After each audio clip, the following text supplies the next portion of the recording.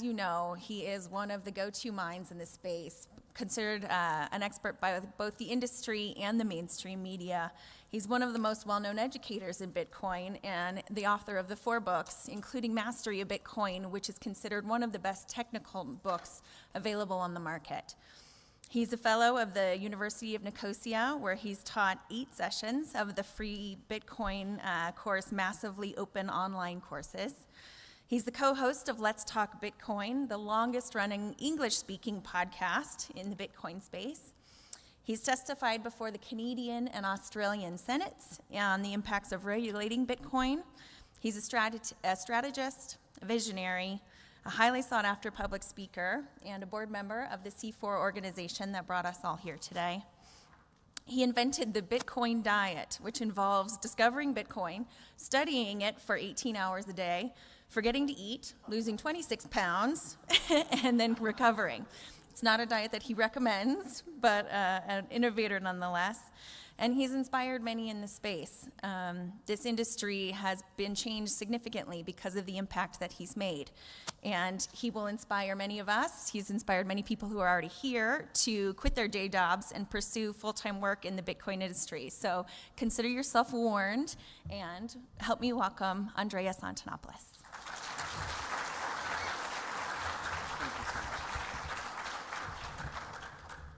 That was a lovely introduction. Thank you so much, Anna. All right, welcome everyone. I'm going to switch away from the podium mic so I can move around a bit, and I'm also going to try and move around up here in front if that's okay with the cameras. They'll let me know if that's okay. Oh yeah, it is? Fantastic. So welcome. We're going to be doing the Certified Bitcoin Professional Prep course. Now, this is not everything you need to cover for your exam for the CBP. Specifically, there will be additional sessions in this conference, including Dirk's session on cryptographic basics that you'll see later today, and others where you can supplement your education, as well as a study guide on the Crypto Consortium website. This will give you about 80% of what we need to cover. I welcome questions throughout the session. Just raise your hand if you have a question. I'm going to repeat it, and then we'll continue with the presentation. We're not going to do Q&A at the end. We're just going to mix it in, because I'd like to explain things as we go and make sure we've covered everything comfortably. Is everybody ready to learn, apply, grow? Yes. Or just learn?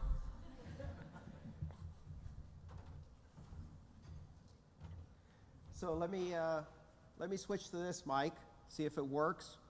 Can you hear me still? Yes. Fantastic. Can the camera see me here? Fantastic. All right, this is what we're going to be covering today. We're going to be covering the history of Bitcoin, keys, addresses, units, issuance, blockchain explorers, and all of the rest of the things you see on this slide. We've got an hour and a half. So there's plenty of time for questions as we go through. Now, the first and most important warning is do not send crypto to the addresses in this presentation, right? We have burned the private keys on purpose. Despite the presence of this warning, people have now sent more than 2 Bitcoin to addresses in my book that are lost forever. Or, if you like, gifted to the rest of the economy through deflation. All right.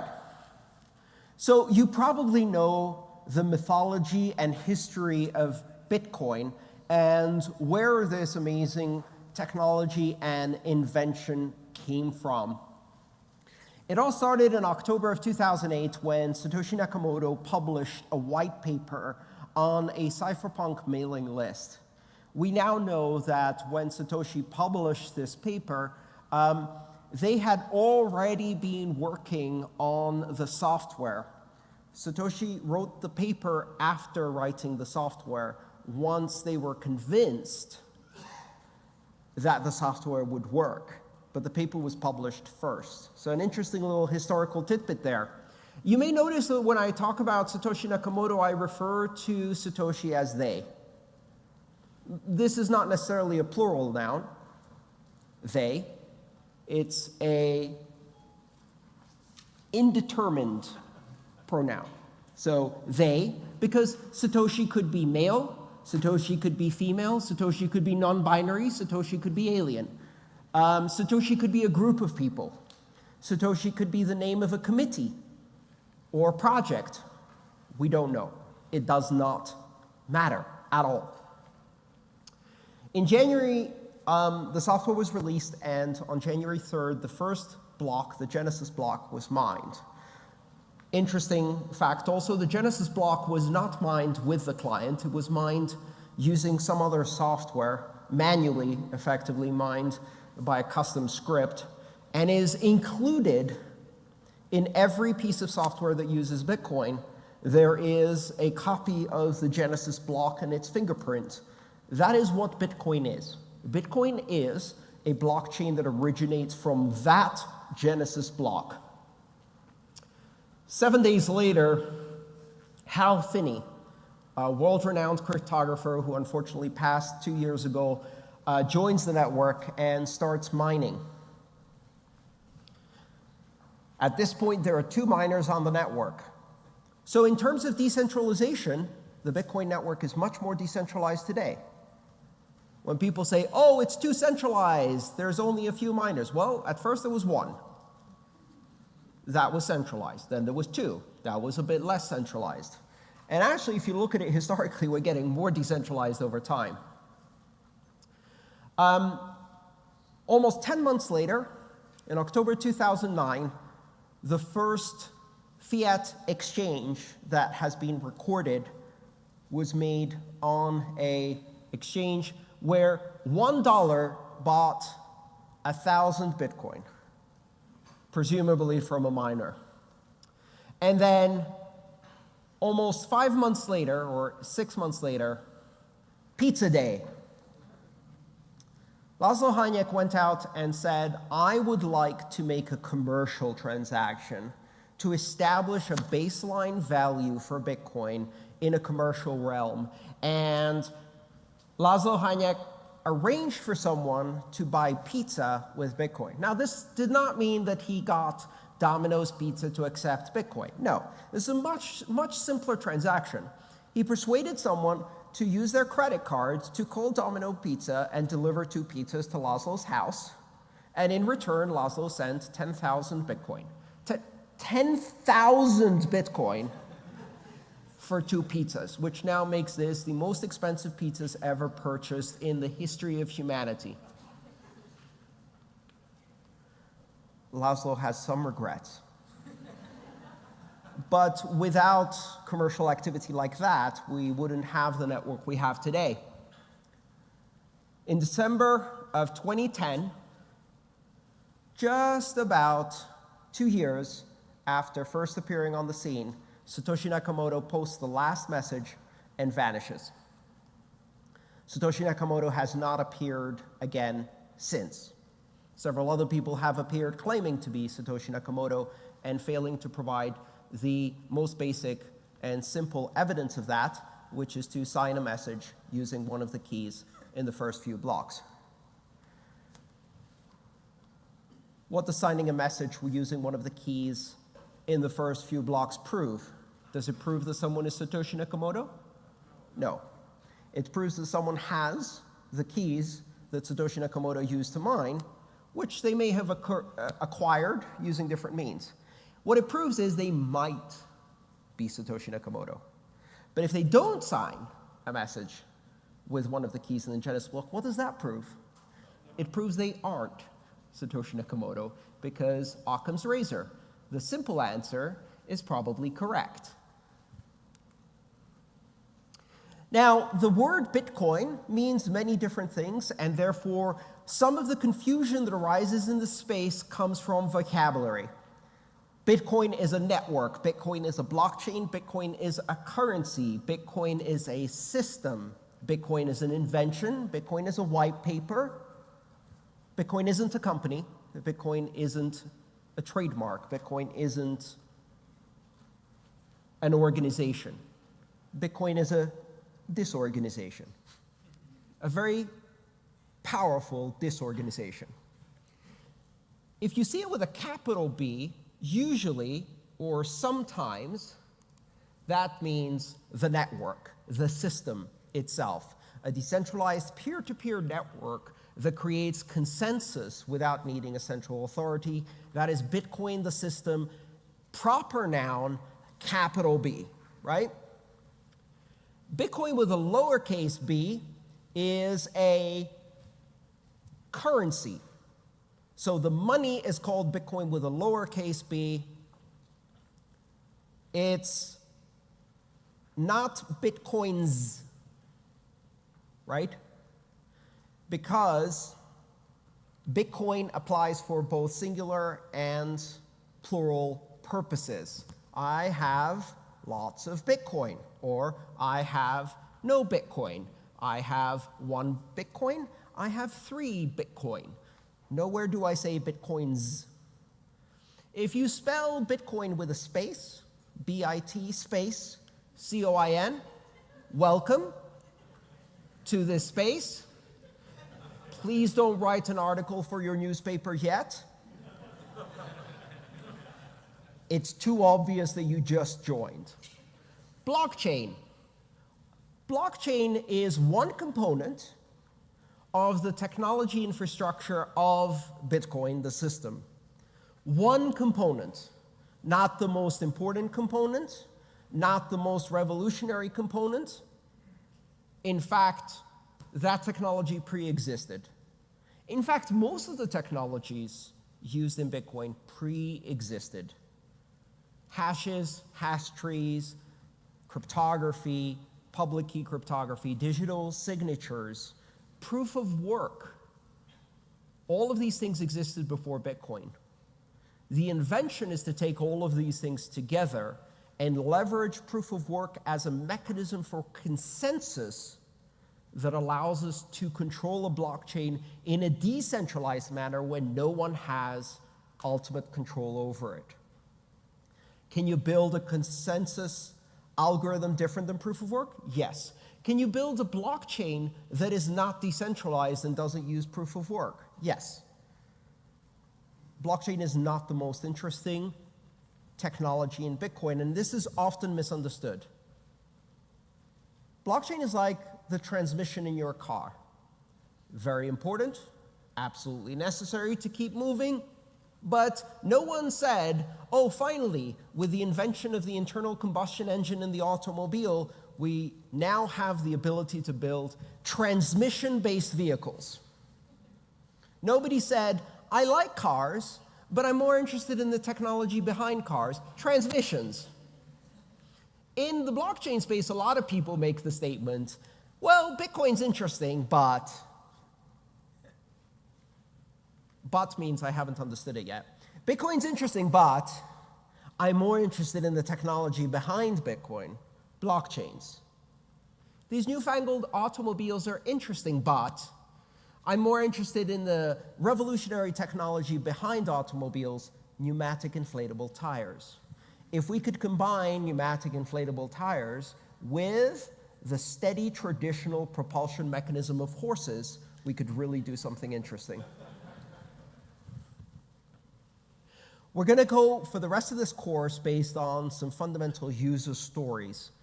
This is a technique I use in my books too, in order to help move the narrative forward so we can understand. Ultimately, this technology is about people, right? Money is a social structure, and these blockchain systems, these networks, are social structures that technology enables, and therefore, people are important.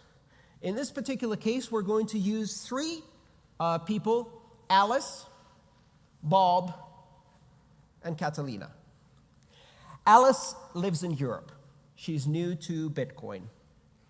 In this course, we'll see her buy her first Bitcoin, and we'll talk about how that works, and use it then to buy a book from a United States publisher called Bob. Bob lives in the US, runs an online bookstore, and has a lot of customers outside the US who make payments in different currencies, including Bitcoin.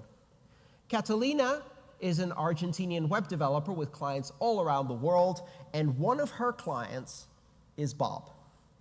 And now we'll follow their stories through this book. We're going to use these stories to illustrate 3 different transactions, how those transactions work, what they're made of, and gradually explore the various technologies behind Bitcoin using these transactions as a reference. First of all, Alice uses cash to buy Bitcoin from a Bitcoin ATM. Then Alice uses Bitcoin to buy a book from Bob's web store, and what a great choice of book. Bob then uses Bitcoin to pay Catalina's invoice for web design. So let's start with Alice buys Bitcoin from a Bitcoin ATM. How many here have used the Bitcoin ATM ever? Okay, wow, quite a few. Very good. So how do you get your first Bitcoin? And that's a question that comes up a lot, especially with newbies, right? And the common answer most people will say is, oh, go and sign up for an account on this exchange, and they mention an exchange, and use your bank account or your credit card to buy Bitcoin. That is an acceptable answer. It's not a good answer. So let's look at some good answers. First and foremost, earn. Get paid in Bitcoin. Most people don't even think about this one, right? What are the benefits of using your labor, the products you make, the services you offer, the skills you have to earn crypto? This doesn't just apply to Bitcoin, of course, but any form of money. The huge benefit of earning crypto instead of buying it is privacy. If you go and offer someone a haircut or drive a taxi or wash a car or paint a painting or set up a web server and you get paid in Bitcoin, are they going to ask you for your driver's license, passport, birth certificate, grandma's maiden name, social security number, passport number, proof that you're not Iranian? No. You're going to get the job done. You're going to get paid in crypto. So you just earned your first crypto, and it's private. It's a private commercial transaction between 2 individuals. Privacy matters. Secondly, what is the exchange fee you pay when you earn Bitcoin? 0. That is the best exchange fee to pay. 0. Nobody's going to charge you a fee. In fact, in many countries, you might actually get a premium for that. You don't always have to be self-employed to do that. Many companies offer an opportunity to get paid directly in crypto, either as your whole salary or as part of your salary. I currently employ 11 people, some as employees, some as contractors. Several of them get paid partially or wholly in crypto. Some Bitcoin, some Ether, some a mix of the two, bit of US dollars in the mix, maybe some euro, just mix it all up and pay your people. So you can earn in a variety of ways, including as part of your wages. There's also companies that can help you do that, even if your employer has no idea what this Bitcoin thing is that you keep talking about. So what they can do is they can become a payroll provider, where just like you take some of your payroll out and put it towards a savings account or a retirement account, and your employer is quite happy to deposit to a different bank account, well, some of these providers will take that and convert it instantly to Bitcoin and send it to you. So your employer doesn't even know that you're getting paid in crypto. You're just having it converted each time. That does carry an exchange fee, though, and all of the identity requirements. Of course, you can buy crypto from an exchange, and that's one way of doing it. You can buy Bitcoin from a Bitcoin ATM using cash. In Europe and many countries around the world, Bitcoin ATMs are completely anonymous. You don't need to provide any ID to buy or sell Bitcoin. Some of them are two-way. You can send Bitcoin in and it spits cash out. Very useful if you're a tourist in a foreign country. Much better way to get cash in the local currency than using an exchange. In the US, 99% of Bitcoin ATMs will require you to identify yourself by providing some kind of identification document, and they will charge you quite a bit. This is because of state-based regulations on money transmission. You can also buy directly using cash from just people, right? And you can do that using an intermediary service like Local Bitcoins. And what they will do is they will make sure that the Bitcoin is in escrow so that neither party can run away with the money and not pay the other party. Now, obviously, meeting someone at the Starbucks to exchange some amount of cash in order to exchange it for magic internet money may be risky, right? You want to do this in a public space exactly the same way you would if you were buying or selling something on Craigslist or eBay and you had to meet the other person in person, right? Don't go to an alley. You know where one of the best places to trade crypto is? A police station or a bank. They don't care. In fact, some police stations around the country have Craigslist zones where you can go right under the cameras and do your transaction next to the police station so everybody feels safe. Well, you can use one of those. And finally, you can trade your belongings for Bitcoin. Sell your car for Bitcoin. Has anybody done that? Yes, I have. I sold a Mini Cooper at 11 p.m. on a Saturday night when all of the banks were closed to a person who wasn't in the state at the time, in a completely different state, paying for his cousin to buy the car. 3 confirmations, here are the keys.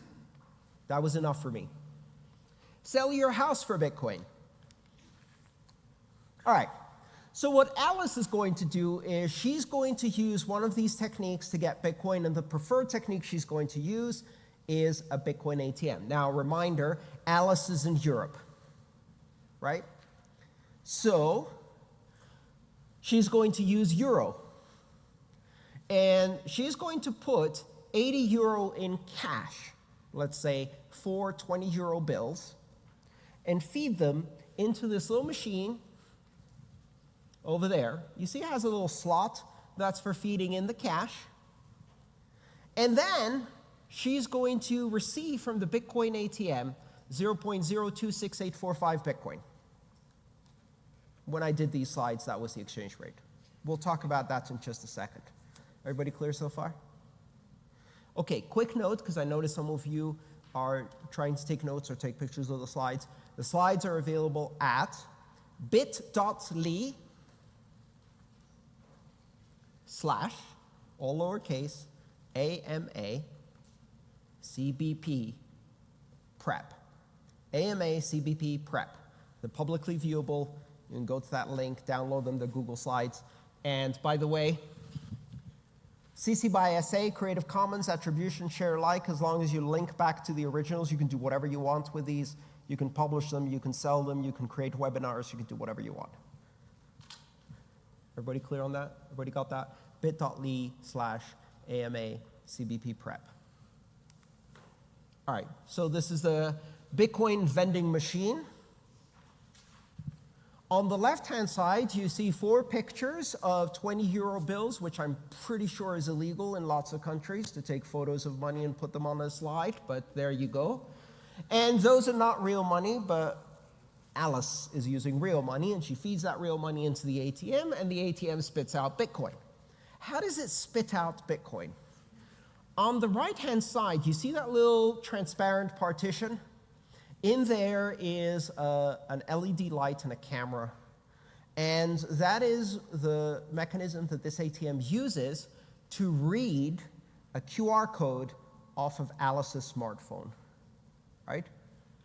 So it's a passive device. The way it sends Bitcoin is by reading Alice's destination address through that camera. So Alice shows the ATM a Bitcoin address, which we'll talk about in a bit, and that way the ATM will complete the transaction by sending that Bitcoin to that Bitcoin address. So how much Bitcoin is 80 euros? How do we know how much Bitcoin is 80 euros? How does anybody know what the value of Bitcoin is? How many dollars is 80 euros today? Anybody know? How would you find out?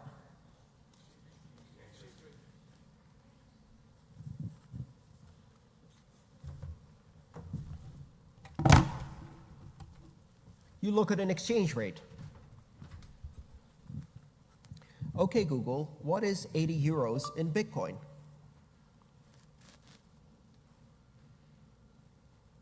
€80 equals 0.01 Bitcoins. So we can find out quite easily.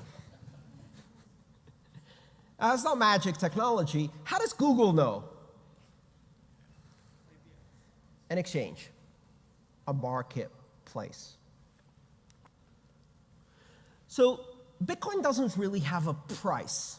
People talk about the price of Bitcoin or the value of Bitcoin. But the thing is, commodities have prices. A banana has a price.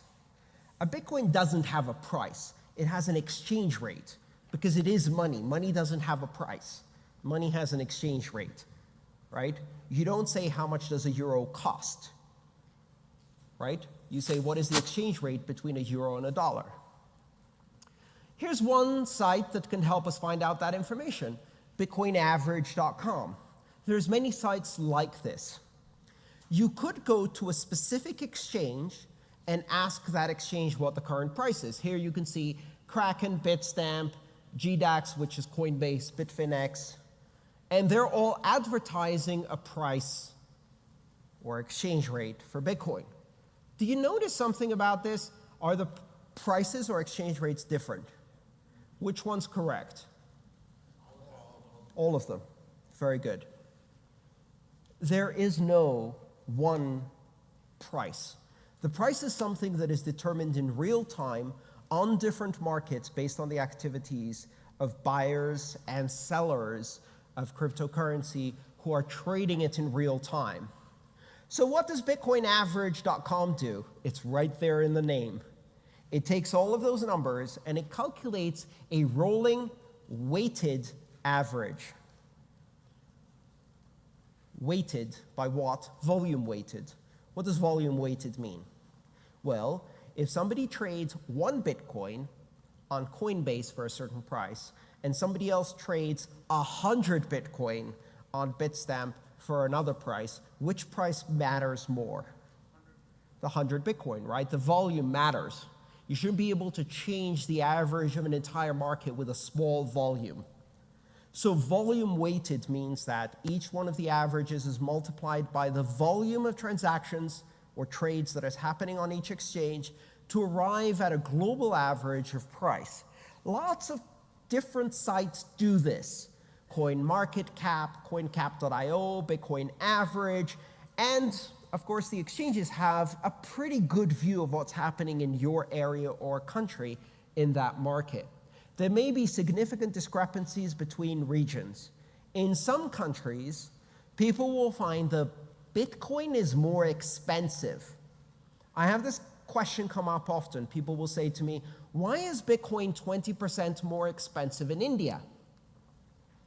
Bitcoin is not 20% more expensive in India. Rupees are discounted 20% in India. The reason you can't buy Bitcoin for the same price as in the United States is because once you buy it with rupees, the person who sold you that Bitcoin cannot export those rupees from India, and you can export the Bitcoin, which means that their money is less portable and your money is more portable. And when you trade less portable money for more portable money, the person who gets the less portable money demands a premium, right? Does that make sense? Right. How do you know that's true? Really simple. You go to India and you say, how much is a Bitcoin? And they give you a price in rupees. And then you say, oh, no, how much is it in dollars? I have cash. And then they give you the exact same price as it is on Coinbase in the US. If you have dollars in India, the price you'll get for Bitcoin is the dollar price, which proves that it's actually rupees that are 20% discounted, not Bitcoin that's 20% higher. Is this making sense to everybody?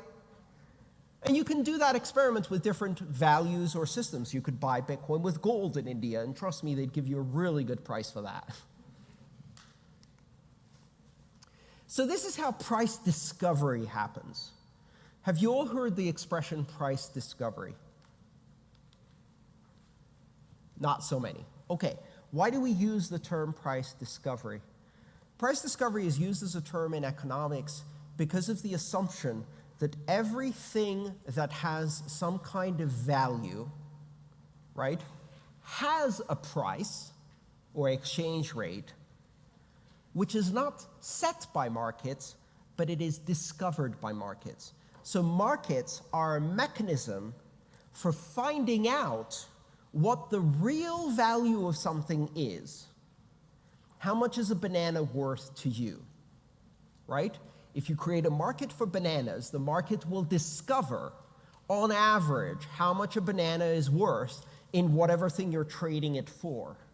So we talk about price discovery because in economics, the idea is that the market doesn't tell you what the price is because the market is setting the price.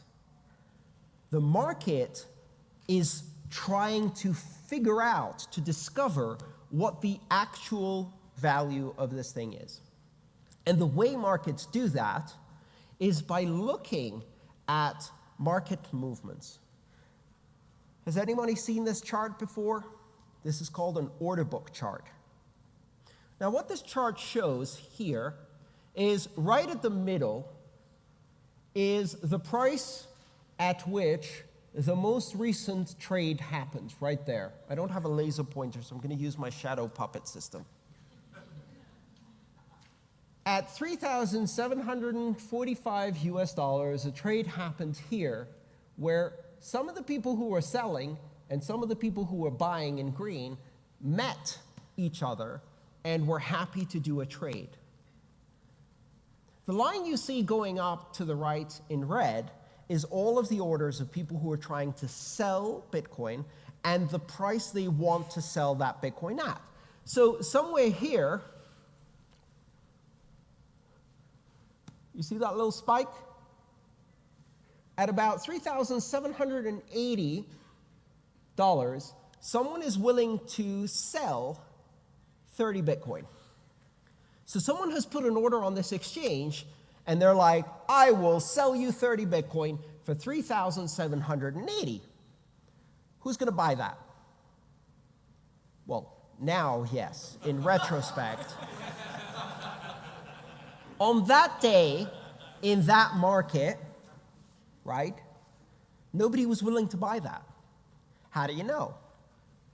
Because here's where the buy orders are.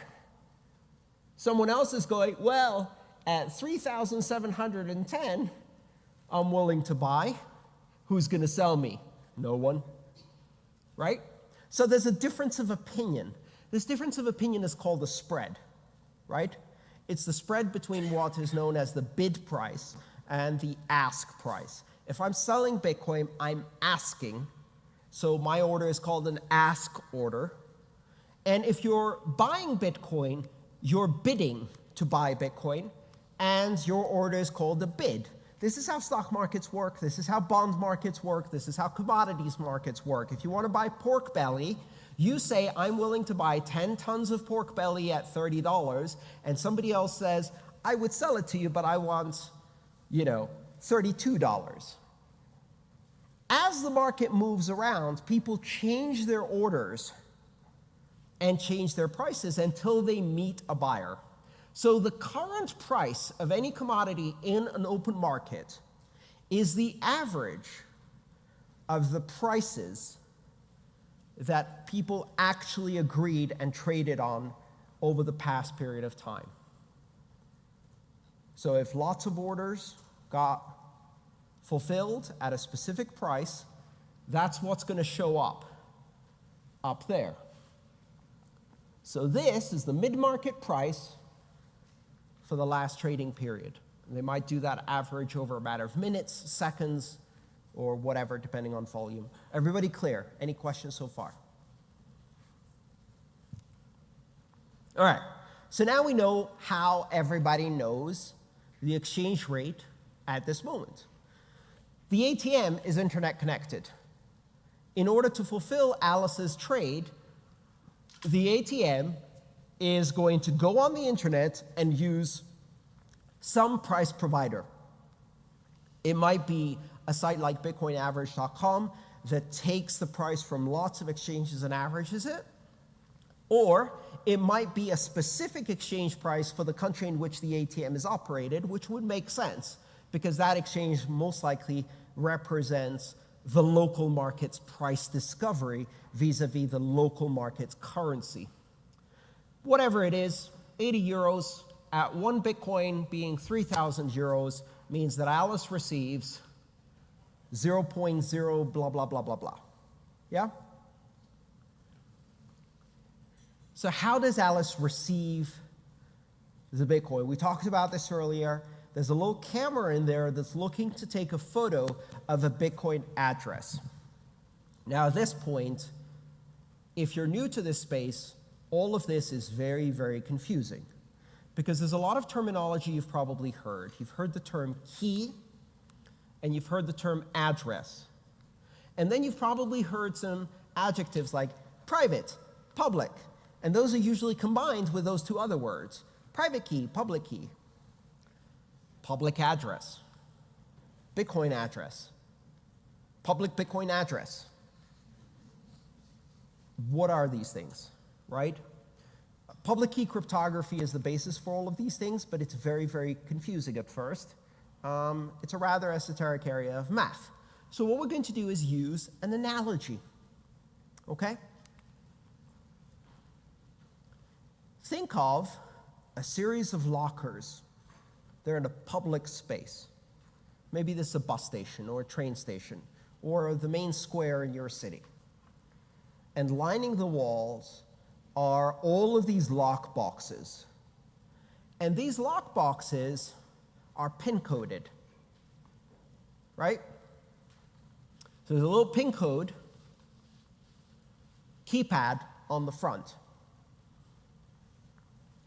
The other thing that's unique about these lock boxes is they all have a little slot at the top. And that slot means that you can drop something into the lockbox. Yeah? Okay, so if you drop something into the lockbox, who can open it? Whoever has the pin? Yeah? Okay. How many lockboxes can one person own? All of them, right? How many people can access a single lockbox? Millions. You could have millions of people who have the same PIN number for the same lockbox and they can all open it. You could have a company representing thousands of customers that has one lockbox and a PIN number and holds that lockbox on behalf of its thousands of customers. So if I say there are 1 million lockboxes in Bitcoin that have money in them, how many people are using Bitcoin? We have no idea. When you next read that article that says, Bitcoin ownership is concentrated among X number of addresses, shock, horror, and dismay. What is the meaning of that statistic? It's bullshit. No, better. It's bullshit with a clickbait headline that tugs at your heartstrings in order to make you feel dismay over this unequal distribution of income. Addresses are not people. People are not addresses. Lockboxes can be owned by millions, or a single person could own millions of lockboxes. So, again, we've got these boxes, they're in a station. This image is not perfect because it misses something really interesting that happens in Bitcoin. All of the lockboxes are transparent. You can actually see inside whether there's money in there, and you can count it from the outside of the box. You can't touch it, you can't open it, but you can see it's there, right? And that's the fundamental technology of Bitcoin. There's one more tiny little detail. You see that label, that white label in the top right corner of the box? All of the boxes are numbered. Well, actually, no, sorry, it's this label. 2. That's lockbox number 2. So in a blockchain system, that would be the address. So the address is a publicly identifiable number. Simply enough, that's what an address is, a number that tells you which lockbox you need to use. When Alice is exchanging currency, euros, for cryptocurrency, Bitcoin, what she's telling the ATM by showing a QR code is, my lockbox is number 3. The ATM then puts Bitcoin through the public slot into that lockbox, and now Alice, being the only one who has the PIN code to that lockbox, can access that Bitcoin. There are really only 2 components that we care about. The address, which identifies which lockbox people should put money in that you control, and the PIN number that controls the lockbox, that allows you to spend from it. The PIN number is the private key, and the lockbox number is a Bitcoin address. Any questions so far? Now, if you saw these lockboxes in a public train station, and they were transparent and there's money inside them, you're probably thinking, I need to get me one of those pins. So the first question that comes to mind is, can I figure out the PIN number from the number on the front of the lockbox? Not if we want the system to be secure. So a Bitcoin address tells you nothing about the private key. It's a very important consideration. Can you ever find the private key from the Bitcoin address? No, you can't. They have a mathematical relationship, but that mathematical relationship is one way. The Bitcoin address is generated from the private key, not the other way around. You cannot go backwards. Almost everything in cryptography is based on this fundamental idea, which can be summarized as you cannot go backwards, also known as one-way functions in math. Any questions? Okay, how else would you figure out a PIN? Brute force. Brute force, excellent. And what that means is you go up to the PIN code and you go, let's see if they're really stupid. 1, 2, 3, 4, 5. Okay, that didn't work. Beep, beep. 0, 0, 0, 0, 0. No, that didn't work either. Now, how long are the PIN numbers in Bitcoin? 256 bits. And for those of you who are not computer scientists, what does that mean in decimal? 77-digit pins. 77-digit pins. So you could try 99999999999999999 times. At the end of it, you've got a callus on your finger, your hand is sore, and you didn't get the pin. And now you have to try again. How long would it take you to try all possible combinations of a 77-digit number? Our brains are not good at doing this because these numbers have no physical equivalent unless you start talking about cosmology.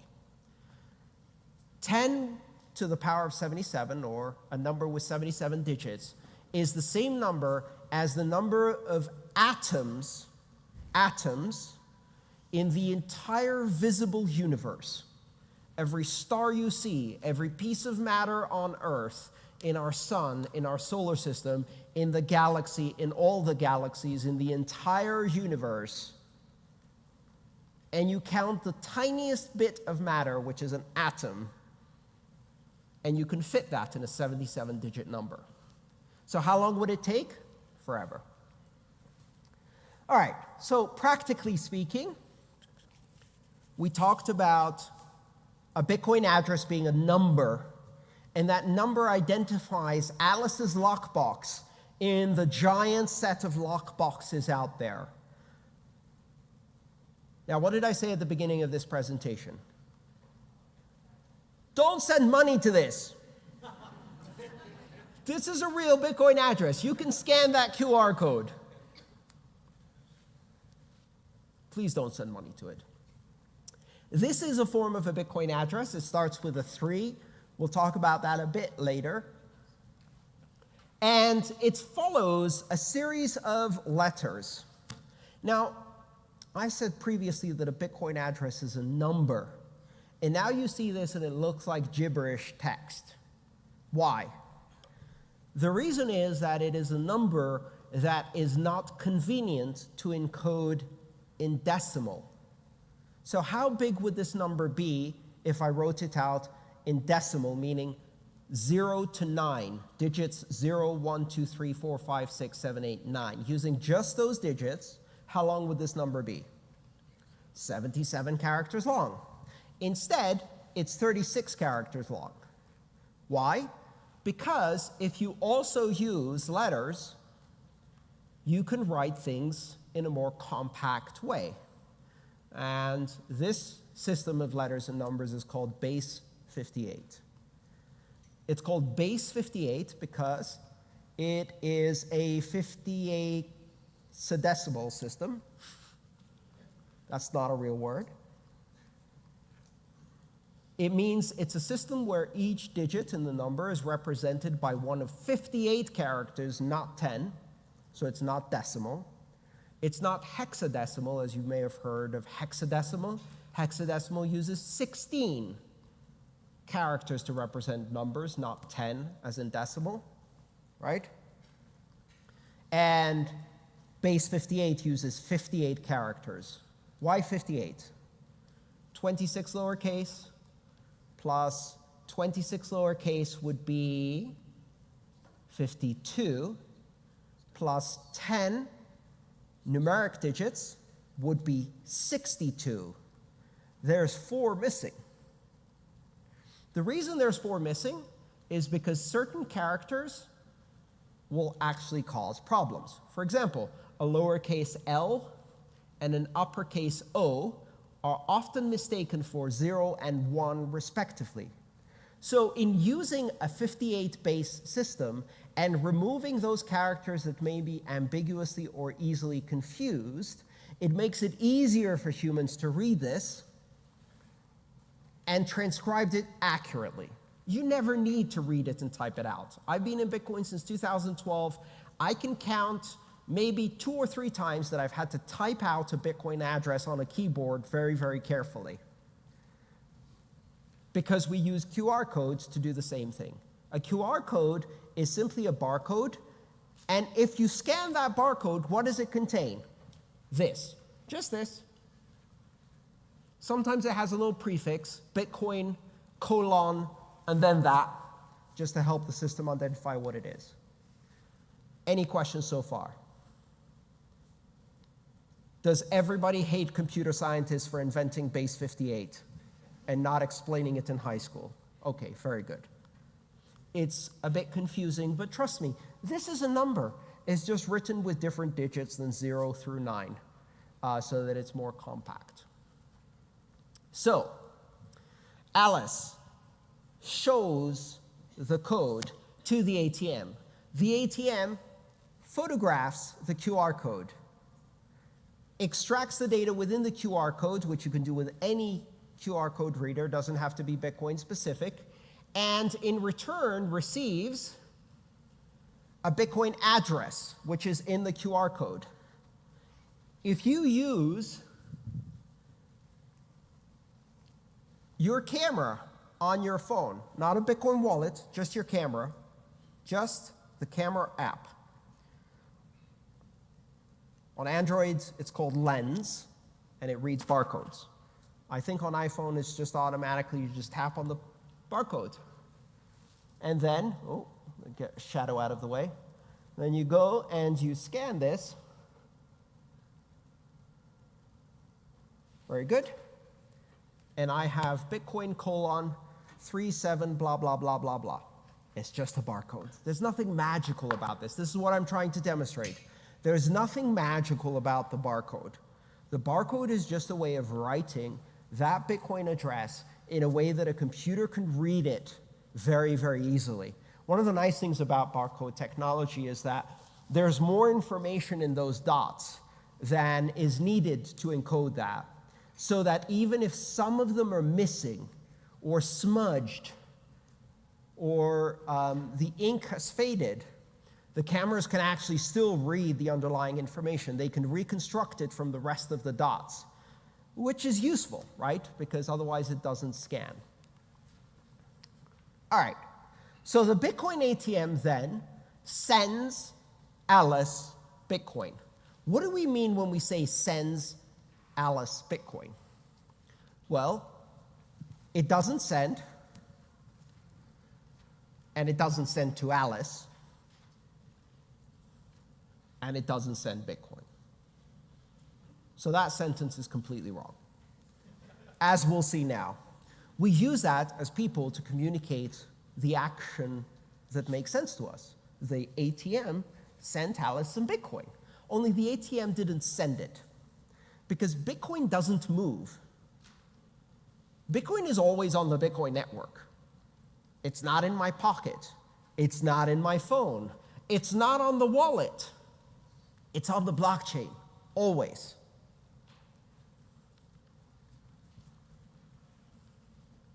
And what the Bitcoin ATM is sending is not to Alice.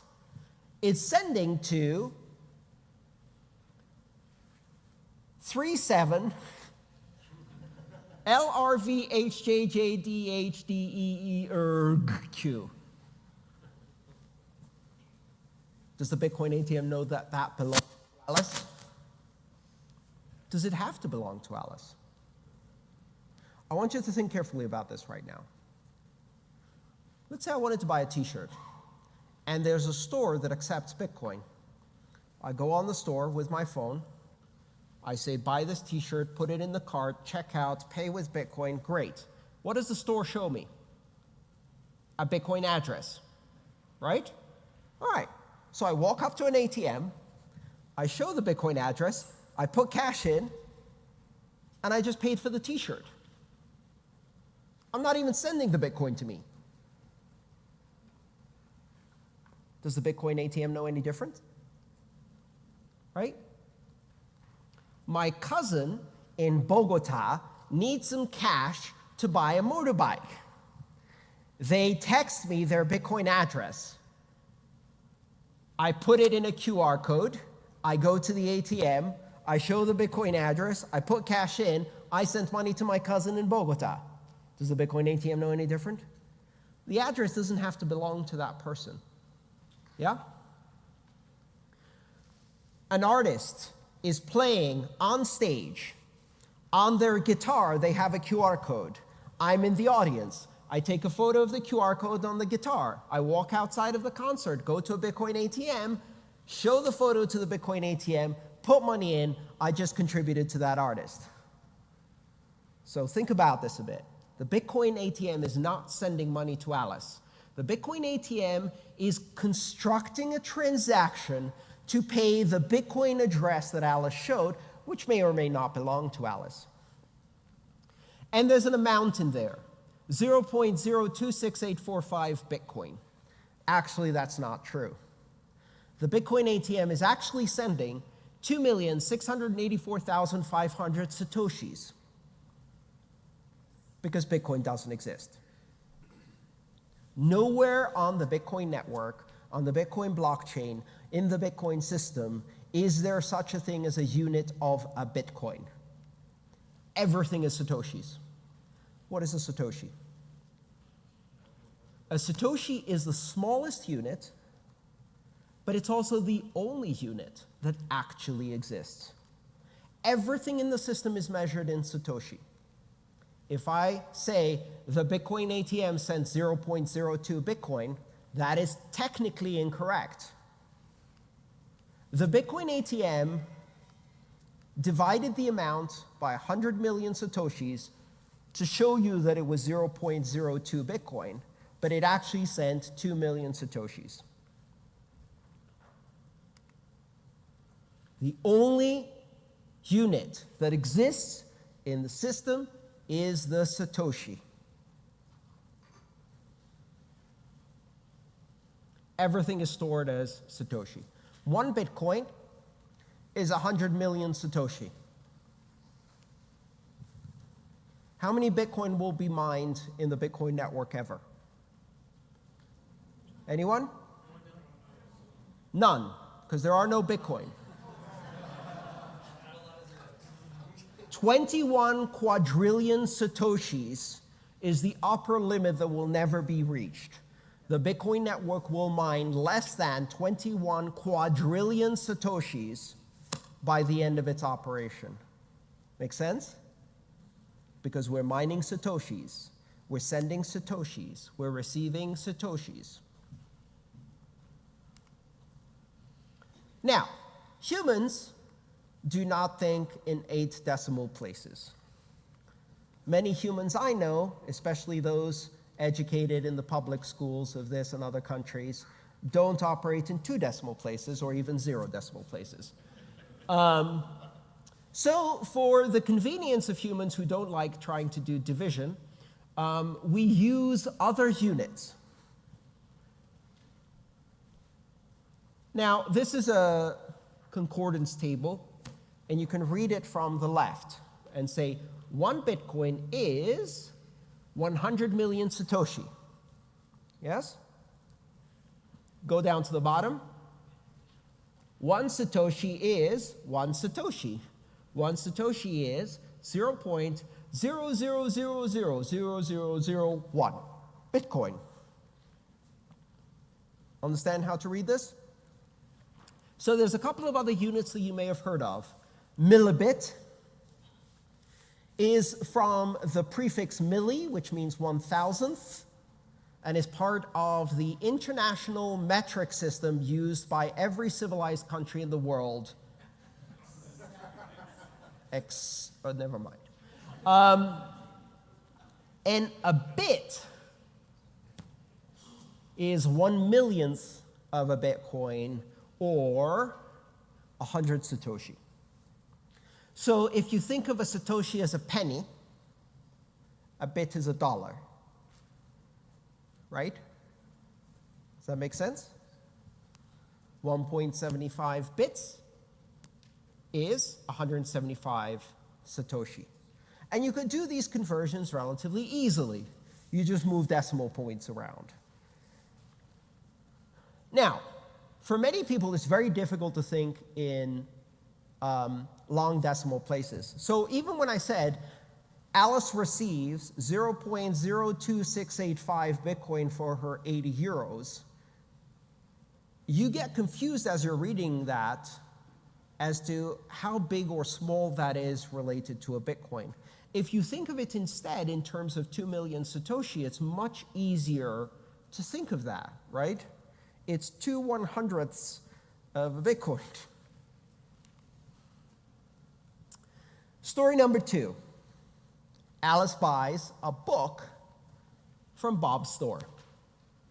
Now, Alice is going to do another transaction where she's going to send 0.011234558 Bitcoin to buy a book from Bob's web store, and Bob is going to ship a book to Alice.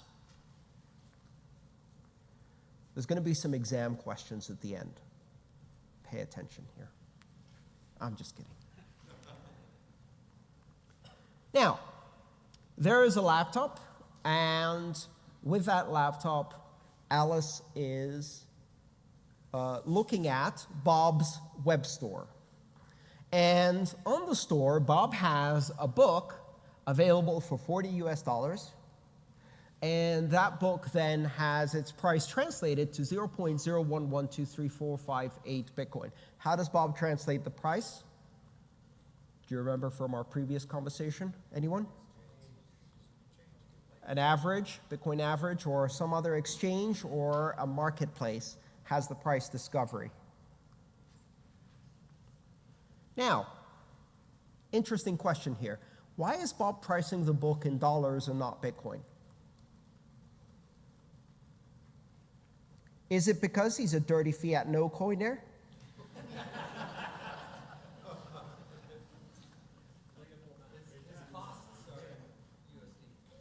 There's two reasons, and this is important. The first reason is that for the vast majority of people out there, if you say, hey, this is about 1.1 million satoshis, is that good for you? They're like, what? Is that a lot? Is it a little? What is it now?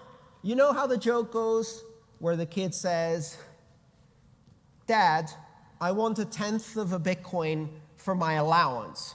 And the dad goes, what? You want $1,200 for your allowance? I can't give you $1,100. That's ridiculous. No kid your age gets $800. Volatility. Bitcoin is not a good unit of account. And the reason it's not a good unit of account yet is because the market is small and as a result it's still volatile. And it's volatile enough that it makes it impossible to price things. When we started this conference and planned this conference, Bitcoin was $3,600. I had people complain and say, why aren't you pricing your tickets in Bitcoin? It's like, because you would have paid 3 times the cost if you bought the ticket now instead of 6 months ago. That doesn't seem logical, right? And you'd probably, and if you wanted to refund, what am I supposed to do? Give it to you at the current price? At the previous price? In dollars? Or in Bitcoin? It's a problem, right?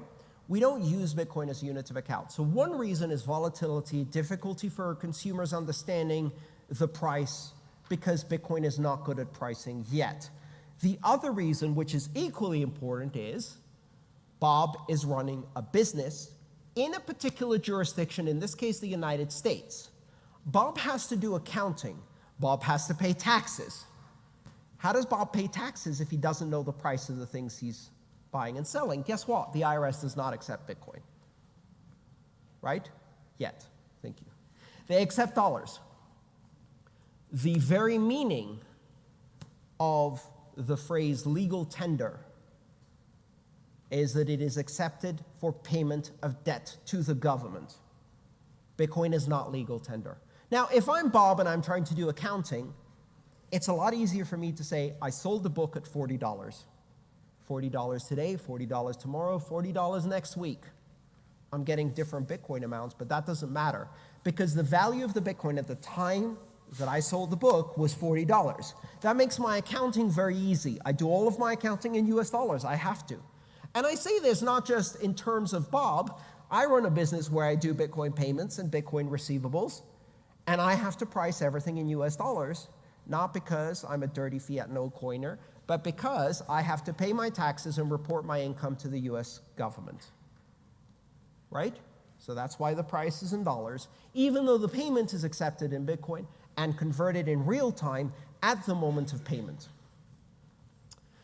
As you can see here, Alice, who has a rather large hand, is scanning. It's the only clip art I could find. Is scanning the QR code in order to make a payment, right? Often, it's a lot easier to use a mobile wallet on your smartphone, even if you're making a payment to a website that's on your laptop. Why? Because I can't scan the QR code on the laptop screen with the laptop camera that's on the laptop screen. Now, if you think I haven't held up a handheld mirror and tried to align, I have. It worked. It was a pain, but it worked. But critically here, one of the things that new users have a problem with is this concept of, hang on, the Bitcoin address is on my laptop. If I pay for it with my smartphone, will my smartphone know how to send the money to the website? Because they think that what a wallet is doing is sending the money to the other device, the website, the other smartphone, the wallet. It's not. It's constructing a transaction that is depositing money into a public address. Bob's store doesn't care how money arrives at that address. Bob's store is watching that address and waiting for a payment to come in. When that payment comes in, it knows that somehow Alice made that payment. Why?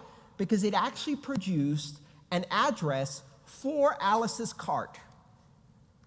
So in a store situation like that, the store generates a unique address for every customer's purchase, for every cart.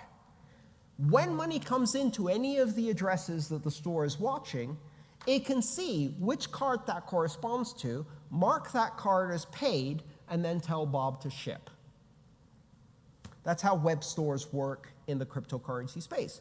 So does it matter how Alice got money into that address? Does she have to use the same device? No. She could pick up her laptop, go up to an ATM, hold the screen like this, and put money in. Right? This is a difficult concept for people to recognize because it doesn't match what we do with credit cards, right? You can't go and enter the credit card on your smartphone to pay something you just bought on a website.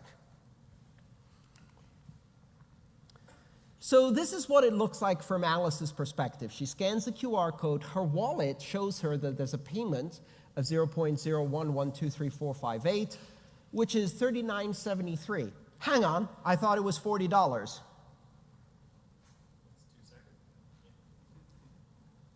This was taken maybe a couple seconds later. Did the price change? Not necessarily. What's happened here is that Alice's wallet may be using a different provider for pricing than Bob's store. Right? Does it matter? No, because the price that Bob has charged her is the price that Bob's store is accounting in Bitcoin, which means Bob is charging her 0.011234458, whatever Alice's wallet thinks that is, which in this case is actually $39.73. Everybody understand why this is happening? By the time Alice sends this to Bob, the store may see a different US dollar price, but it doesn't matter. Bob has effectively committed to that exchange rate for a period of time during which he'll do the transaction in order to sell that book.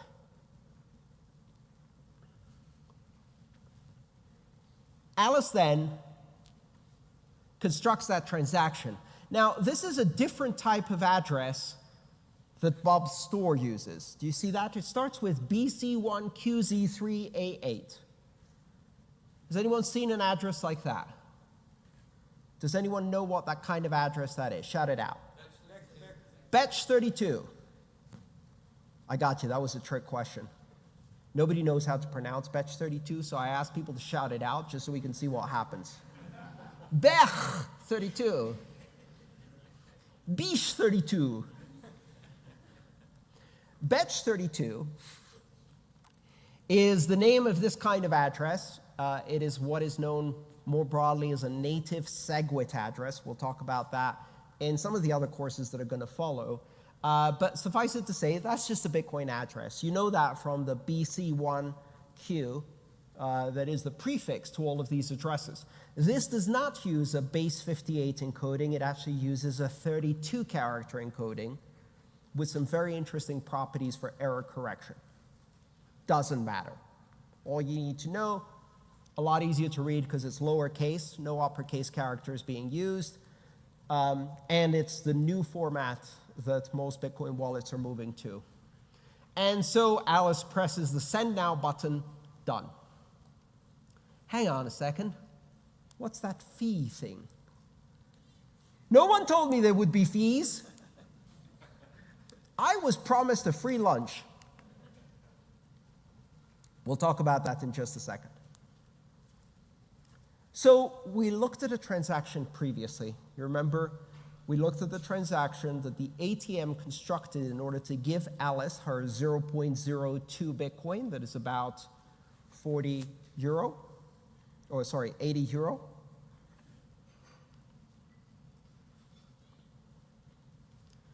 And any transaction is composed of two parts, inputs and outputs. Inputs are what you're spending, outputs is what you're paying to.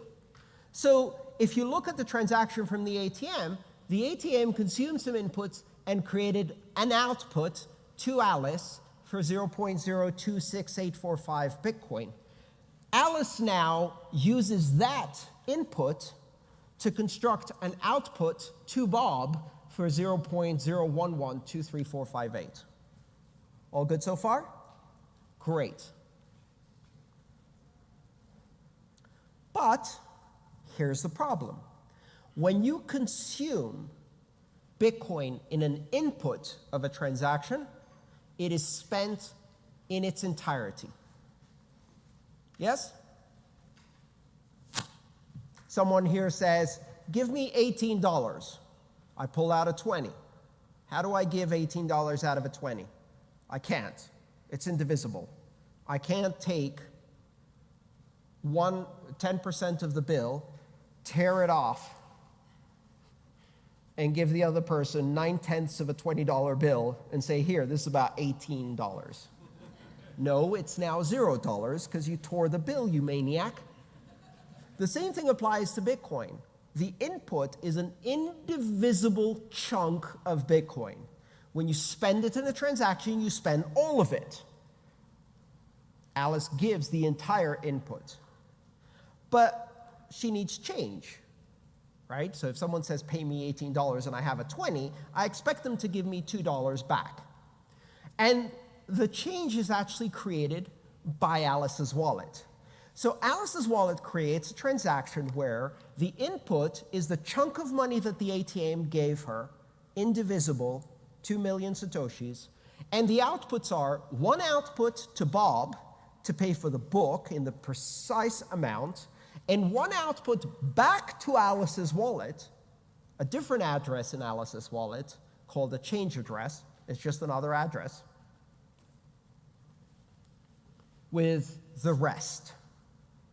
Think of it as Alice opens the lockbox, pulls out a 2 million Satoshi chunk, right?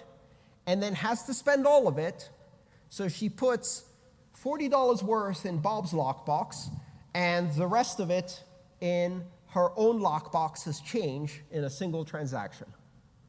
So far, so good? Everybody with me? All right.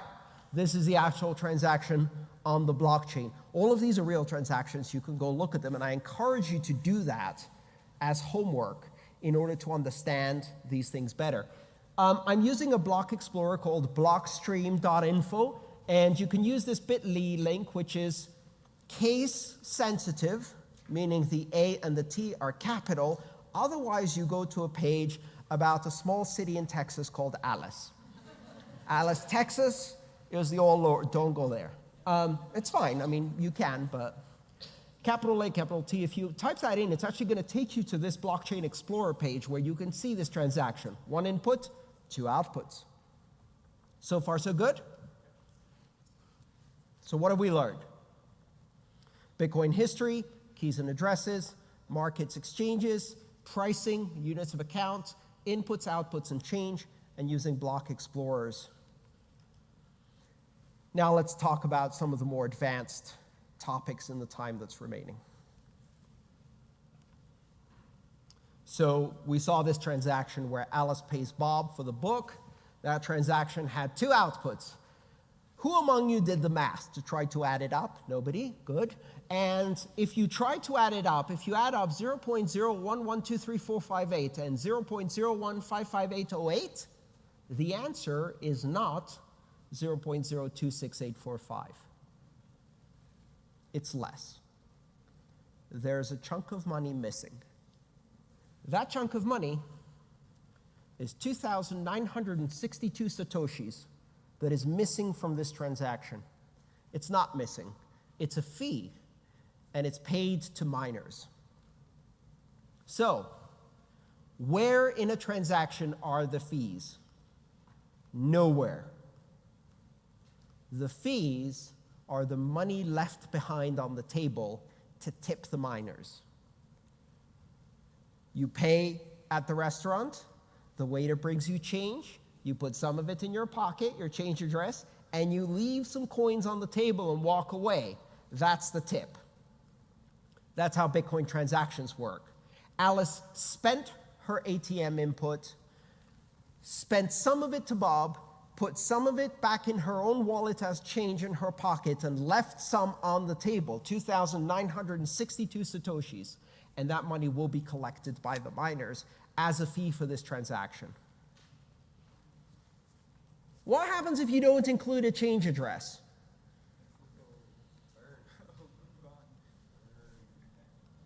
Well, let's do the math. The input is 0.02684500. The outputs are 0.01123458. The fees are, ouch, 1,000,005 Satoshi. 1.5 million Satoshi. Ouch.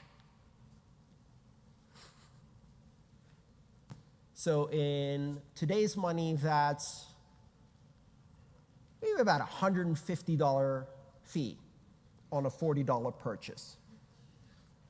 Alice is a big tipper, what can I say?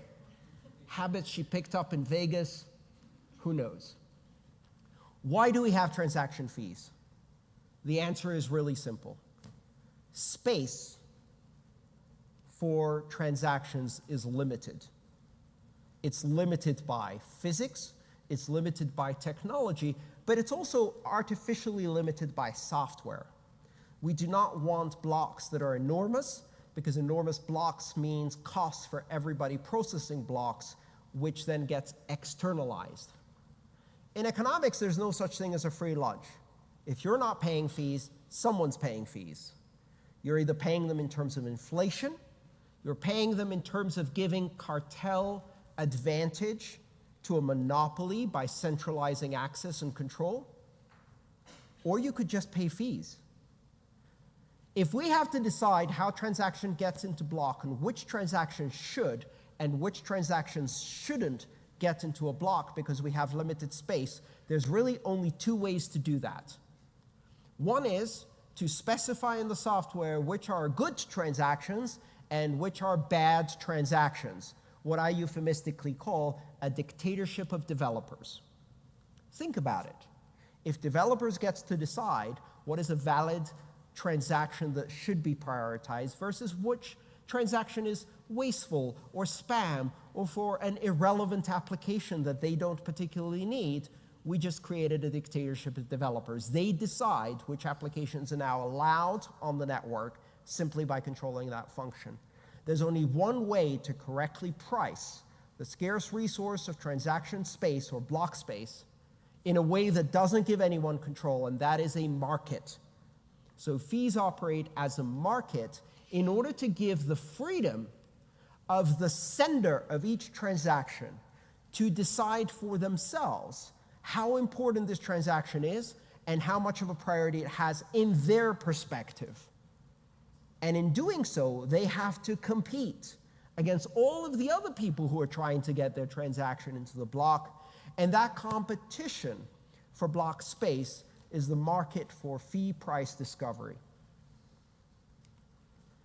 Now, when transactions are transmitted into the Bitcoin blockchain, they're not automatically included in the very, very first block because there's more transactions than fit in a block usually.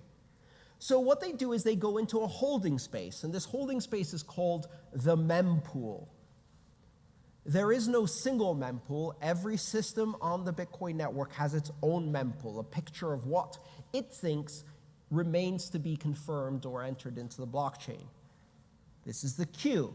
This is where all the transactions are lining up, waiting for their chance to enter the blockchain. And as they're sitting in this queue, they're advertising themselves to miners, going, I have lots of fee, pick me, right? If you look at this with colors, the red color at the top actually corresponds to this transaction up here, one transaction that at this time was paying 2,000 satoshis per byte. Why? Who knows? Because to the person who sent that transaction was so urgent that they were willing to pay an enormous fee. Meanwhile, there's 8,333 transactions waiting with just over 1 satoshi per byte. And those transactions are less important. Some are even not paying any transaction fee. Those don't get confirmed almost at all. It's actually difficult to do that nowadays. But with 1 satoshi per byte, you will get your transaction confirmed most of the time eventually. I do payroll. In fact, I have to do payroll in 3 days. And some of my employees get paid in Bitcoin. I'm going to put a 1 satoshi transaction fee on my payroll. Why? Because nobody cares if it arrives in 8 hours instead of 3 hours instead of 6 minutes. Right? None of my employees are going to be, I need my payroll in 10 minutes. First block, please. Come on, chop, chop, tick-tock. I got shopping to do. Compared to the banking system, 12 hours to get your paycheck from the moment it's cut by a company, that's super fast, right? Now, if I want to get into any block within the next 12 hours, I'm going to be a cheap ass about it. So I'm going to use the lowest fee. Now, what do you think these things are, these gaps here? What do you think this is? That's a block. I have a nice little picture to explain that. There's a miner. The miner is making a block. How do they make a block? They look at the pool of everything waiting in the queue and go, I'll take these. And they take a big chunk off. This is a simplification of the algorithm. There's no big yellow digger involved. And this is not an endorsement of Volvo.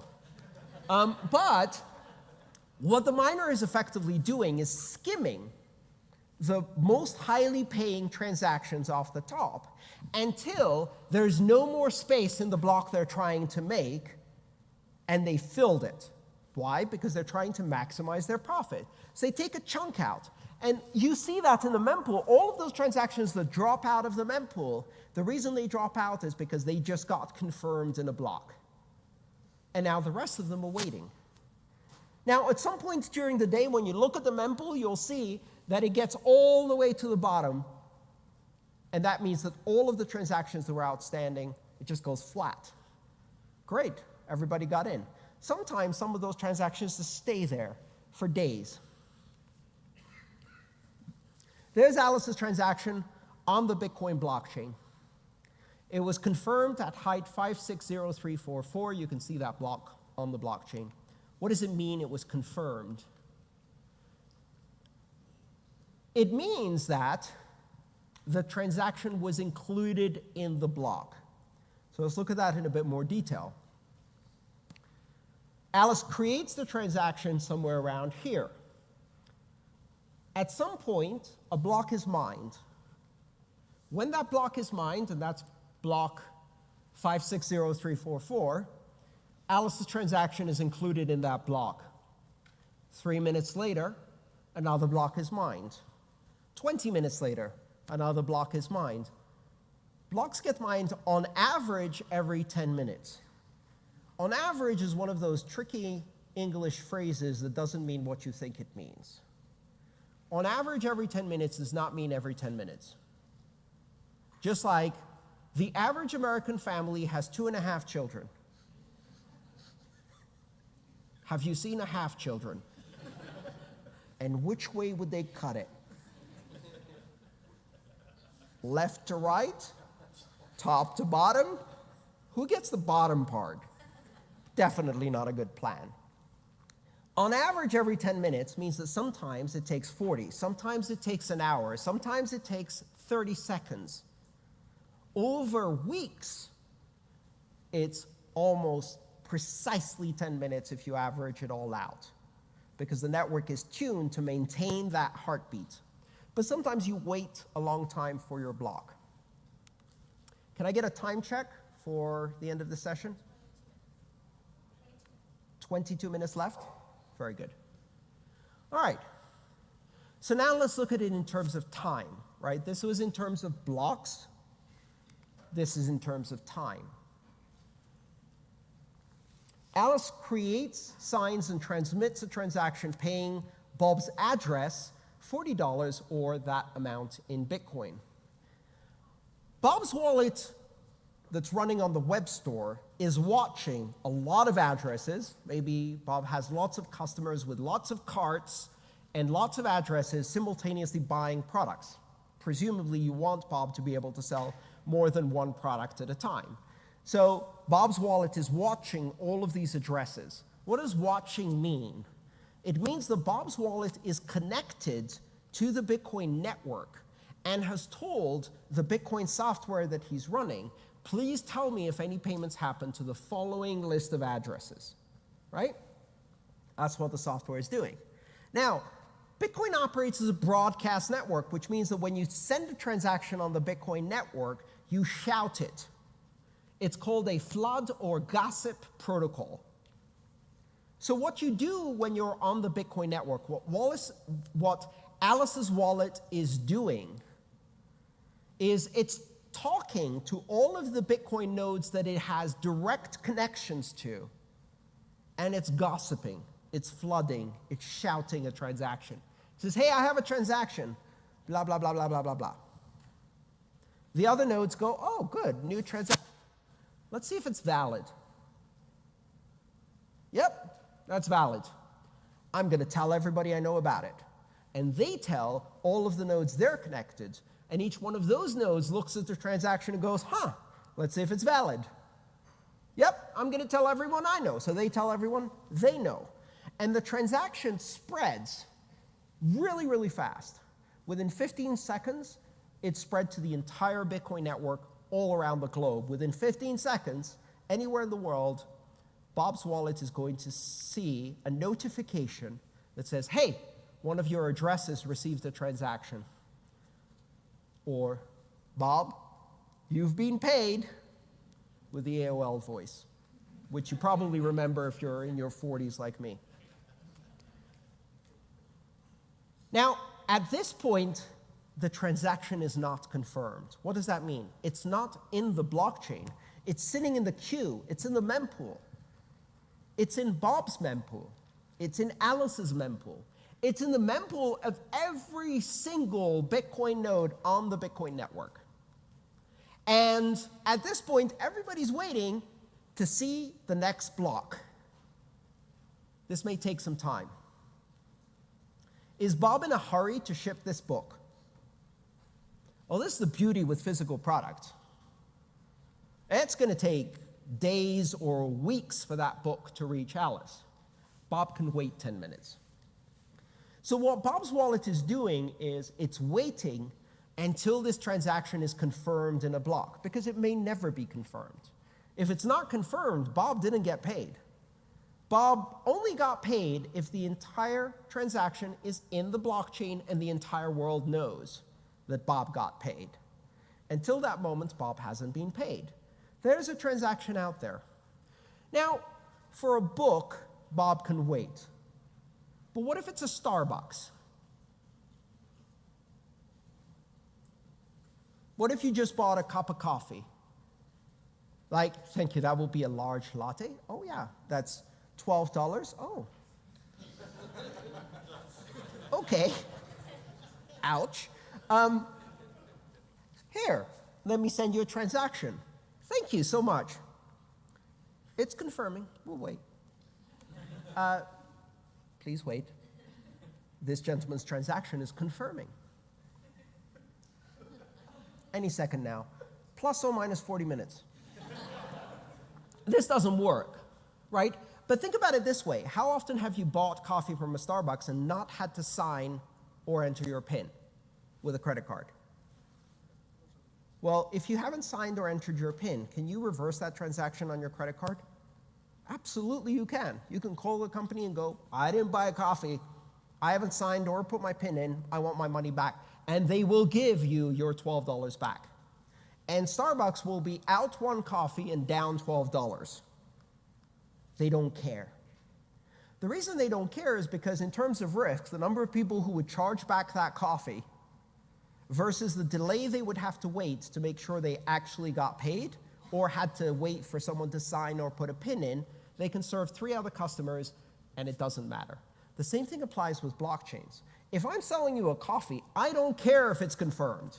The chances that there will be a blockchain reorganization that undoes that transaction or that it's never confirmed is less of a problem for me if I have 3 other customers to serve. Now, if you're buying a flat screen TV, I'm not going to let you walk out of the store until it's confirmed at least once, maybe twice. Yeah? If you're buying a house, I don't care really. I'd like 6 confirmations, but I know where you live. Because you just bought the house. Like, I'm not going to sign over the title right now. It's going to take a few days, so it's okay. So all of this is probabilities. It's a risk-based probability. When people say 6 confirmations are the gold standard, what they mean is, after 6 confirmations, the probability of that transaction being reversed is so low that I'm willing to accept that risk. And that probability is entirely dependent on the value of the transaction you're talking about. So whatever it is for you. I have like a rule of thumb. 0 confirmations for a cup of coffee. 0 confirmations for anything that I'm going to ship in more than half an hour from the moment that you make the payment, because I'll get some confirmations by then, right? Okay. 1 confirmation for some electronics, something nice that I'm going to hand you right away. Maybe 2 confirmation for a flat screen plasma. 3 confirmation for a Mini Cooper. Actually did it. 3 confirmations. Good enough for me. Here are the keys, walk away. I signed over the title after 3 confirmations. The chance of that being reversed, not a problem. Yeah, also I know what your car is and the license plate. I'll find you. Right? 4 confirmations, 5 confirmations for a house. I would sell a house with 5 confirmations. I would sell a house with 3. Yeah. 6 confirmations for a Ferrari that you drive off the lot with appropriate insurance, yes. 7 confirmations for a mansion. 8 confirmation for an aircraft carrier. 144 confirmations for $22 trillion of US debt. I'd take it. Right? Bitcoin isn't worth enough to do that. So the mining actually happens separately from the receipt of the transaction. You may hear this term in economics or in markets, settlement or clearing. Settlement or clearing is the finalization of a transaction. It is the moment at which a transaction is no longer reversible. How long does it take to clear or settle a credit card transaction? Anyone? 60 days. How long does it take to approve a credit card transaction? 10 seconds or less. But don't think it's settled.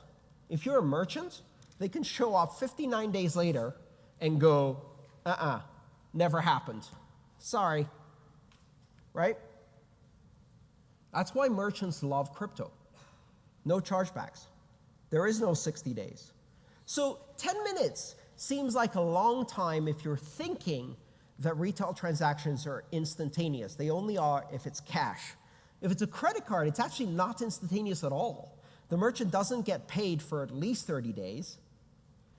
And in many cases, that payment is a credit that is subject to being taken back if the transaction is disputed. And the pinnacle of that is I've had a transaction reversed from a credit card 18 months after it was made. A credit card company came back and said, no, that never happened. Sorry, you owe us money. Good luck. See you in court. 18 months, the goal. So after 60 minutes approximately, Bob's wallet has received 5 confirmations.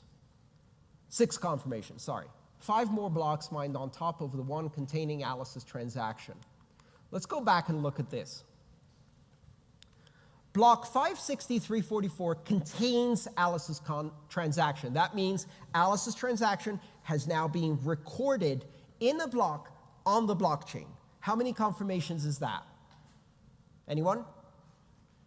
All together now? Make a guess. Come on, one. One confirmation. So what does it mean to say a transaction has one confirmation? It means it's in a block. What does it mean to say it's 0 confirmations? It means it's not in a block yet. It's in the mempool. When it goes from the mempool to a block that's actually been mined, it's in the blockchain now. It's in that block. That block is one confirmation. All right? So if block 560344 is one confirmation from Alice's transaction, what is block 560345? 2 confirmations. Now this is where it gets a bit confusing. Alice has received 2 confirmations on her transaction when one block has been mined on top of the block that contains her transaction. We count 1 for the one that has her transaction, 1 block for the one above her transaction on top of her transaction. That's layered on top. So we're building up, right? 2 confirmations. 3 confirmations with block 560346. 6 confirmations at block 560349, which is 5 blocks after the one that Alice's transaction was in. Yes? The block it's in is 1, and then we layer on top. What's the upper limit on how many confirmations a transaction can receive? Anyone? What is the maximum number of transactions you can have? There is no maximum. How many transaction confirmations approximately has Hal Finney's transaction from 2009 received so far? 560,000 or more confirmations, and every 10 minutes, 1 more. So if you look at a really old transaction, it's going to say this transaction has 300,000 confirmations. All that means is that it was mined 300,000 plus 1 blocks ago. Yes? Now let's look at our final example of the day, and we'll wrap things up and get done with this. Now, Catalina wants to get paid for web design. Catalina has a software development company in Argentina. Now, she operates in Argentinian pesos, or ARS, right? ARS, Argentinian pesos. I would love to tell you that that's the exchange rate. Things have not been good for Argentina since I wrote these slides. So she's charging 10,000 pesos. And in that time, 10,000 pesos was 262 US dollars. Her invoice is actually written out for 10,000 pesos because that's how she prices her services, because she operates in the currency that is legal tender in Argentina, which is Argentinian pesos, right? Bob agrees to pay that. How does Bob figure out what the exchange rate is in Bitcoin? Bob converts pesos to dollars, dollars to Bitcoin. Why? Because Bob has to do accounting in dollars. So Bob has to put in his accounting system, I paid $262, and then convert that into Bitcoin and pay 0.0781178 Bitcoin, which Catalina will account for as I received 10,000 pesos. Is this making sense? So you see this double exchange rate that happens when you're doing 2 national currencies, but the payment is in Bitcoin. This is critical to understand how you do accounting. We have some other classes for that too. All right, here's the transaction that paid Catalina. This is a real transaction. This looks really weird. Can anybody guess what's happening here? Bob has these inputs to pay Catalina. Why? Anyone? Multiple addresses in the wallet. What are these addresses? What are these inputs? Yeah, these are not change addresses. They're unspent transactions, but why are there so many of them? What is Bob selling? Books. How much is Bob selling these books for? $40 each. Catalina wants $262.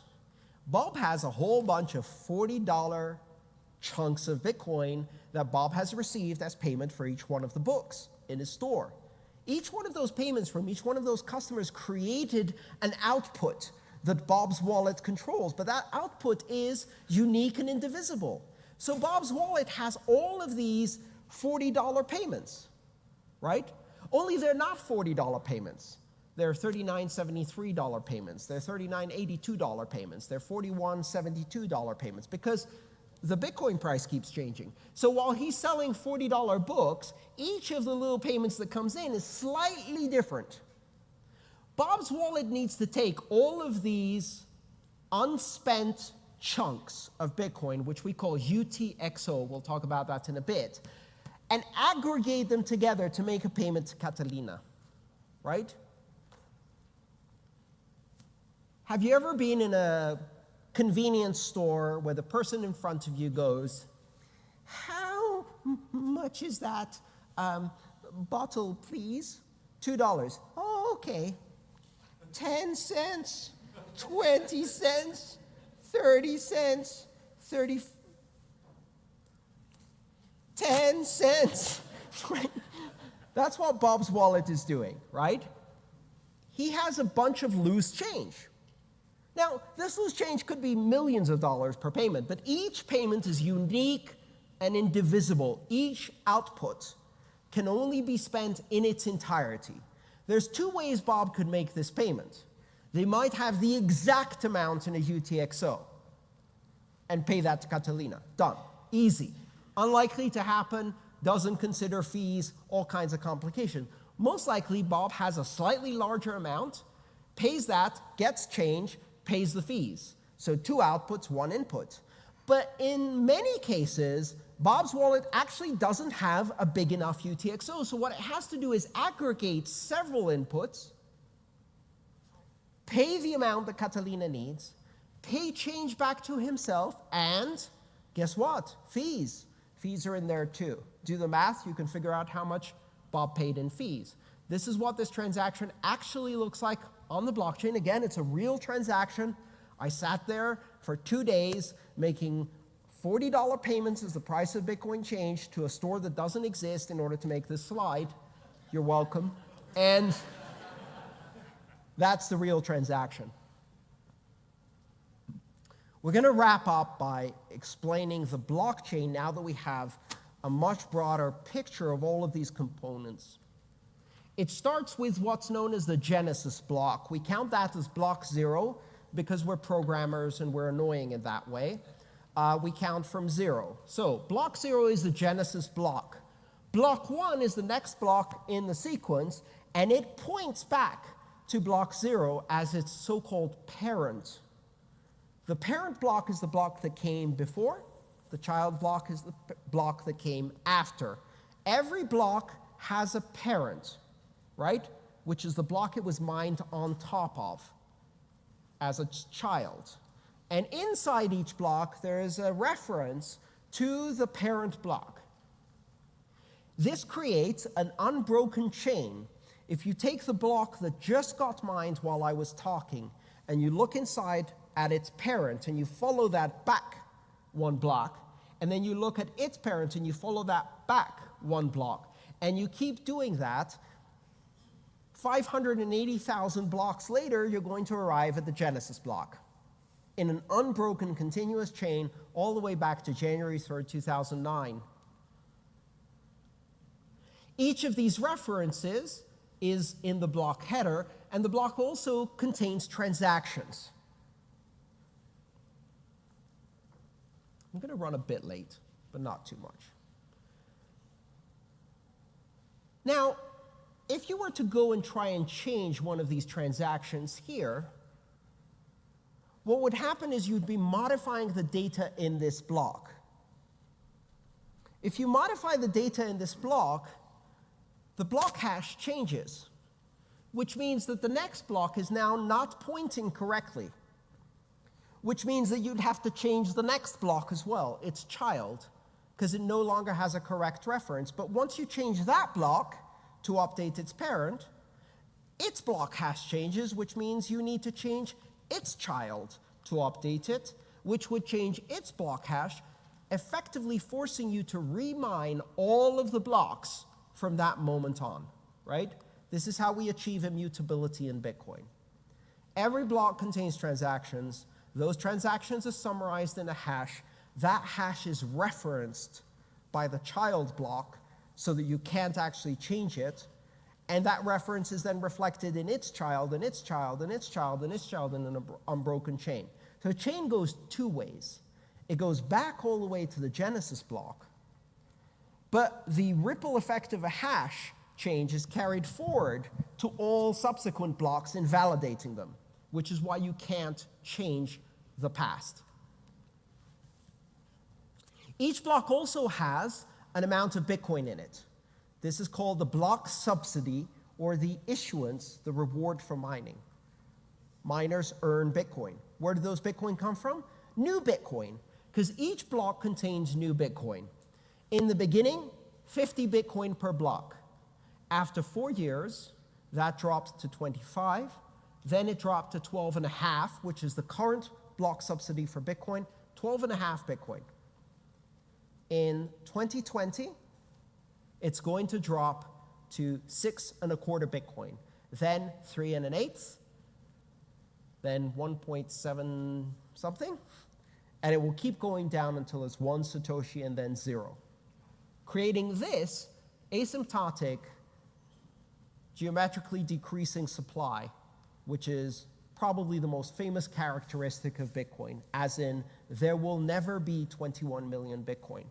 In fact, if you play out the Bitcoin system, it will mine 20,999,999.9997 Bitcoin, or something like that. Just short of 21 million. There's a great site called the Bitcoin Clock, which you can find, and it shows you in a clock format time to the next halving of the supply. So we say every 4 years, Bitcoin's supply is reduced by 50%, but in fact, it's every 210,000 blocks, which at 10 minutes per block is approximately 4 years. But because of the difference in timing, that can change by weeks, right? It might happen a few weeks early, it might happen a few weeks late. It depends on how accurately that timing will be executed by the Bitcoin network. This is, again, the meaning of on average, which means really not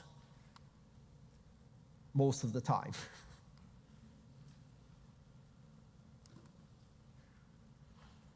So here you see how the supply drops and the cumulative issuance approaches that line asymptotically.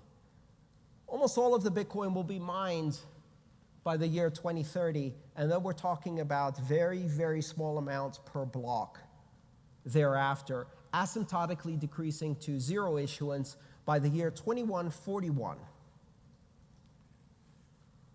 So people often ask me, what happens in the year 2149? What happens in the year 2141? It's a really simple answer. I'm dead.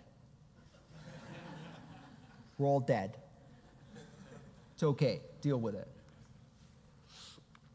So miners receive 2 sets of incentives. One is called the block subsidy, and it's new Bitcoin that's minted in every block. And the other one is transaction fees, that is the sum of all of the fees of all of the transactions that they put in that block when they mined it. If you look at block 560,344, again, this is Alice's transaction block, and you look inside, you'll find the first transaction is one called the Coinbase transaction. This is the transaction that rewards the miners. Every block has at least one transaction. That transaction is the Coinbase transaction containing new Bitcoin. It can have no other transactions, just one. That's okay, it's valid. And if you look here, what's the amount there? 12.57682767. Can anyone tell me how that number came up? Reward plus fees. Reward plus fees. So the reward, or block subsidy, currently is 12.5 Bitcoin, which means that in this particular block, there was 0.07682767 fees exactly included in the transaction. How do we know that? If it was a penny more, this block is invalid. Everybody checked to see that all of the fees add up precisely. A miner can actually pay themselves less, but they can't pay themselves more. Right? Who writes the Coinbase transaction? The miners do.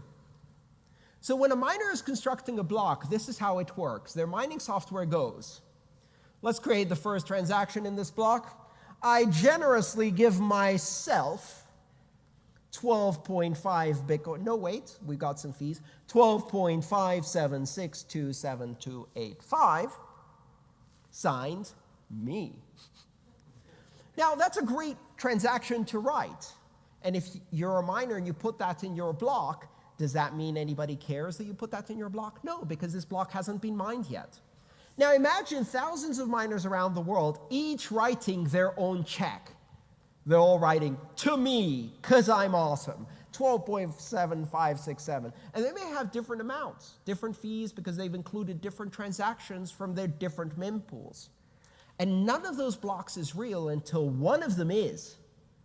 The miner who wins has their block accepted by everybody else because they found proof of work. How do they know they get paid? They wrote the Coinbase transaction. And that Coinbase transaction is meaningless unless their block is accepted by everyone. But the moment it's accepted by everyone, that Coinbase transaction is in there. So the payment to the miner becomes real. They can't actually spend it for 100 blocks. It's a mechanism of security in Bitcoin. But it's real now. Thank you so much for coming today.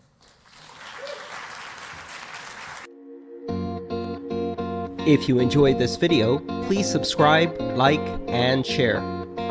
All my work is shared for free, so if you want to support it, join me on Patreon.